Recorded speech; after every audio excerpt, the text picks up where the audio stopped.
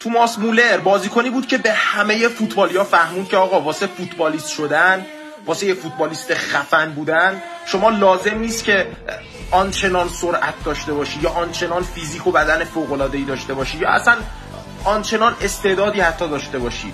توماس مولر همه فاکتورهای فوتبالی رو مثلا میتونم بگم 40% داشت. هیچ کدومو به طور فوق‌العاده‌ای تو هیچ چیزی خوب نبود.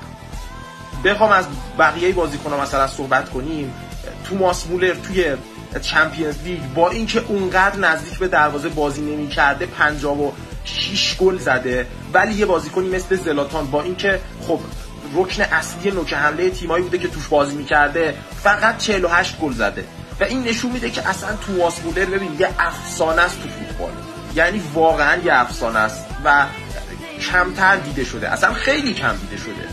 خیلی عجیب بوده این بازیکن، چی بگم اصلا.